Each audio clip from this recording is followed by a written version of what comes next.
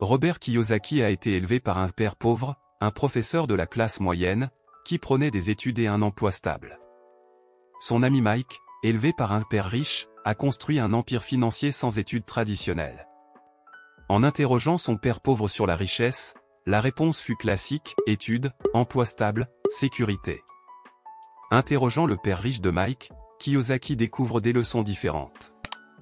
Son livre partage ses enseignements contrastés, révélant que les conseils du père pauvre ne mènent pas à la richesse. Découvrez dans cette vidéo, le résumé complet de ce livre passionnant. Introduction. Père riche, père pauvre commence avec une introduction rédigée par Sharon, une comptable de formation qui dirige désormais une société d'éducation financière, et qui a aidé Robert Kiyosaki à écrire cet ouvrage. Dans cette introduction, Sharon raconte son propre cheminement vers la recherche d'un outil d'éducation financière différent de ce qu'elle avait appris de ses parents, dans le but de transmettre de bonnes bases à ses propres enfants. Sa quête a été déclenchée par une réponse surprenante de son plus jeune fils lorsqu'elle l'encourageait à bien étudier pour gagner sa vie. Il lui a dit « Réveille-toi, maman, regarde autour de toi. Les gens les plus riches ne le sont pas devenus grâce à leurs instructions. » Cette réponse a eu l'effet d'un électrochoc sur Sharon et l'a incité à chercher des connaissances financières plus pertinentes. Son parcours l'a finalement conduite à rencontrer Robert Kiyosaki, qui lui a présenté le prototype d'un jeu d'éducation financière appelé Cash Flow. Impressionné par la démonstration et convaincu par les idées de Robert, Sharon a décidé de se rapprocher de lui pour en savoir davantage sur sa méthode.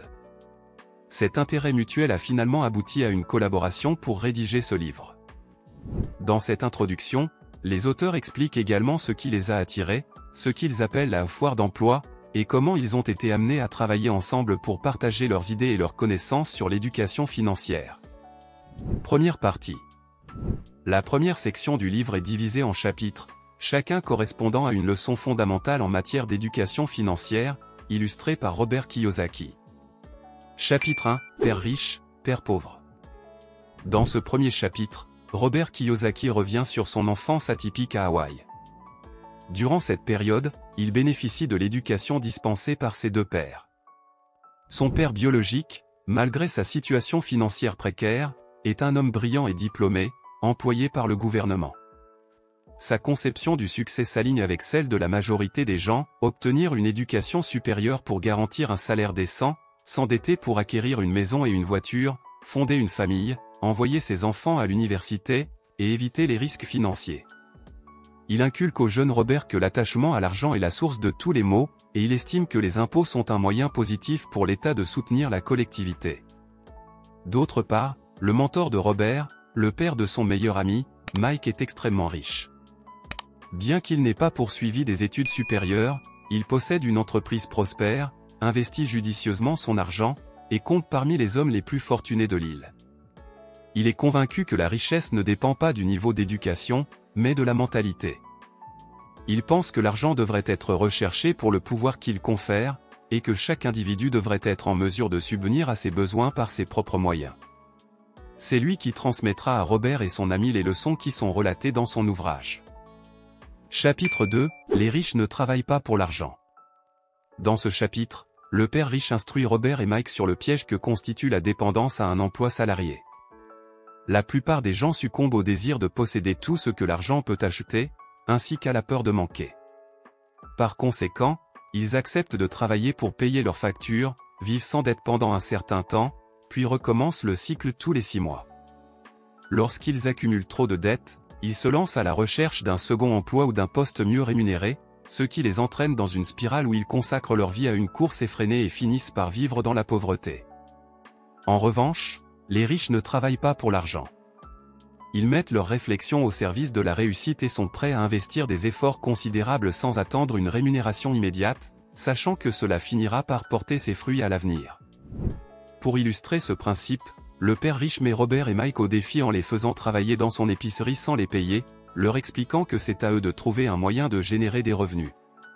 Un jour, les deux garçons ont l'idée ingénieuse de récupérer des bandes dessinées invendues pour créer une bibliothèque clandestine. Les enfants du quartier paient un abonnement pour emprunter autant de bandes dessinées qu'ils le souhaitent, ce qui leur permet de gagner de l'argent. Chapitre 3, Pourquoi enseigner l'ABC du domaine financier? Le prochain chapitre se concentre sur les concepts essentiels de l'éducation financière, tels que les actifs et les passifs. Un actif génère des revenus de manière régulière, tandis qu'un passif nécessite des dépenses d'argent et perd de sa valeur avec le temps. Pour devenir riche et rester riche, il est impératif d'acquérir des actifs. Si vous utilisez votre argent principalement pour financer des passifs, vous ne réussirez jamais à dépasser le statut de la classe moyenne. Dans le meilleur des cas, chez la plupart des gens, le flux de trésorerie provenant de leur salaire est directement absorbé par leurs dépenses courantes. Les personnes qui ont un bon salaire gaspillent le reste de leur argent en acquérant davantage de passifs. Plus leurs revenus augmentent, plus leurs dépenses augmentent, ce qui peut rapidement transformer leur rêve d'augmentation de salaire en un cauchemar. En revanche, les individus riches investissent dans des actifs qui génèrent des revenus, leur permettant ainsi d'en acquérir davantage. Ils deviennent de plus en plus prospères en diversifiant leurs sources de revenus et en ne bloquant pas d'argent dans l'achat de leur résidence principale. Chapitre 4. Occupez-vous de vos propres affaires. La prochaine leçon de Père riche, Père pauvre aborde l'importance de prendre en main ses propres affaires, c'est-à-dire de travailler pour soi-même au lieu de passer sa vie en tant qu'employé au service des affaires de quelqu'un d'autre. Robert Kiyosaki, par exemple, illustre cette idée en se référant à l'exemple de Ray Kroc, qui a contribué à faire de McDonald's le plus grand propriétaire immobilier au monde. L'objectif principal de la marque n'était pas seulement de faire vendre le plus grand nombre de hamburgers par ses franchisés, mais de placer stratégiquement ses restaurants dans les meilleurs emplacements, puis de faire payer aux franchisés pour cela. Robert détaille ensuite les divers types d'actifs dans lesquels il encourage à investir, notamment la création d'entreprises, les actions, les obligations, les fonds de placement, l'immobilier, le rachat de dettes, les droits d'auteur, et tout ce qui peut générer de la valeur. En général, il conseille à quiconque souhaite devenir riche de suivre son exemple. Alors qu'il travaillait chez Xerox, il a investi la majeure partie de ses revenus avant de finalement quitter l'entreprise pour gérer ses propres affaires. Chapitre 5. L'histoire des taxes et le pouvoir des entreprises. La quatrième leçon de Père riche, Père pauvre traite de la question des impôts. Dans cette leçon, Robert Kiyosaki explique que les impôts ont été conçus pour stimuler la croissance économique en prélevant de l'argent des personnes riches. Cependant, cette approche se révèle peu productive, car les personnes riches ont la capacité d'éviter la plupart des taxes grâce à des stratégies d'optimisation fiscale. Une des distinctions essentielles entre les personnes riches et les salariés réside dans la manière dont ils gèrent leur argent. Les salariés perçoivent leur salaire, paient leurs impôts, et ensuite dépensent ce qui reste. En revanche, les personnes riches gagnent de l'argent par le biais de leurs entreprises, réinvestissent les bénéfices, et paient ensuite des impôts sur ce qui reste. Cette approche leur permet de se rémunérer en premier lieu, avant de s'acquitter de leurs obligations fiscales envers l'État. L'auteur identifie également plusieurs clés indispensables pour amasser une fortune, regroupées sous le terme de EQ financier. Celles-ci comprennent la maîtrise de la comptabilité, la mise en place d'une stratégie d'investissement, l'exploitation des principes de l'offre et de la demande, ainsi que la connaissance du droit des affaires pour faire croître son entreprise. Le 6e chapitre, les riches engendrent l'argent. Robert Kiyosaki partage une importante leçon transmise par son père fortuné, l'argent n'existe pas, il est ce que l'on convient qu'il est. Cette idée souligne l'importance de créer sa propre source de richesse en saisissant toutes les opportunités qui se présentent. L'auteur illustre cette notion en se référant à sa propre expérience, notamment comment il a su tirer profit d'une baisse du marché immobilier. À l'époque, une maison qu'il avait achetée pour 100 000 $ avait perdu 25% de sa valeur. Robert a eu l'idée de la racheter aux enchères pour une somme modique de 20 000 $. Il saisissait ainsi les habitations saisies par les banques en raison de défauts de paiement, pour ensuite les revendre à 3 fois le prix d'achat. Cela démontre l'importance de ne pas suivre les conseils des banquiers, des promoteurs immobiliers et d'autres conseillers financiers, car ils agissent souvent en fonction de leurs intérêts personnels. L'auteur souligne que seuls les investisseurs professionnels qui ont la capacité de repérer les meilleures opportunités avant les autres parviennent à atteindre l'indépendance financière. Cela exige une gestion adéquate des risques, des compétences de leadership pour rassembler une équipe de haut niveau, ainsi que le charisme nécessaire pour lever des fonds. Chapitre 7. Travailler pour apprendre, ne travaillez pas pour l'argent. Cette dernière leçon constitue probablement l'une des plus cruciales de l'ouvrage de Robert, dans laquelle il explique l'importance de commencer sa carrière en tant que salarié, non pas pour l'aspect financier, mais pour acquérir les compétences nécessaires à la gestion d'une entreprise. Il met en avant son expérience militaire, qui lui a notamment permis d'apprendre les rudiments du leadership. En tant que vendeur chez Xerox, il a assimilé les meilleures techniques de vente, tout en surmontant sa peur du rejet. Selon lui, ce qui importe le plus dans un emploi, ce n'est pas le salaire, mais plutôt ce qu'on peut apprendre. Accepter un salaire plus modeste n'est pas un problème si le poste est enrichissant. Cette leçon rappelle le premier principe que les personnes riches ne travaillent pas pour l'argent. L'homme d'affaires insiste sur la nécessité de réformer le système éducatif, qui est souvent critiqué pour former des spécialistes d'une seule tâche condamnés à une vie monotone, courant d'un emploi à un autre jusqu'à la retraite, au lieu de former des individus polyvalents et autonomes. Il met l'accent sur l'importance de la polyvalence et d'une solide connaissance du marketing pour réussir dans les premières étapes de la quête de l'indépendance financière, passant ainsi de la théorie à la pratique. Deuxième partie, les débuts. La deuxième partie du livre Père riche, Père pauvre rassemble les conseils fondamentaux destinés à ceux qui commencent leur voyage vers l'indépendance financière en mettant en application les principes théoriques. Chapitre 8, Comment surmonter les obstacles. Dans ce chapitre, l'auteur dresse une liste des 5 principales raisons qui entravent la réussite de ceux ayant bénéficié d'une éducation financière solide: la peur, l'incrédulité, la négligence, les mauvaises habitudes et l'arrogance. La peur, la crainte de perdre de l'argent est une émotion naturelle que personne n'apprécie. Cependant, l'auteur suggère que cette peur n'est en réalité qu'une phobie.